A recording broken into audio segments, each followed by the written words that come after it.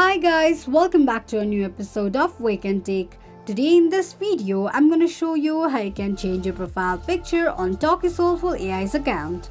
Keep watching the video till the end.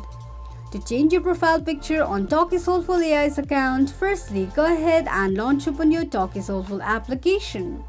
The homepage of Talkie Soulful AI application will appear on the screen.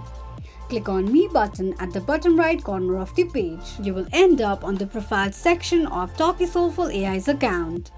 Click on Edit option. From the pop-up, tap on Camera icon. Choose a picture from your gallery and tap on it. After you're done, click on Save. This is how you can change your profile picture on Talkie Soulful AI's account quickly and easily just in few steps. If you have any thoughts or queries, let us know in the comments section. Don't forget to subscribe to our channel. Also press the notification bell icon so that YouTube will notify you whenever we post a new video. I hope this video was helpful to you. Thank you so much for watching.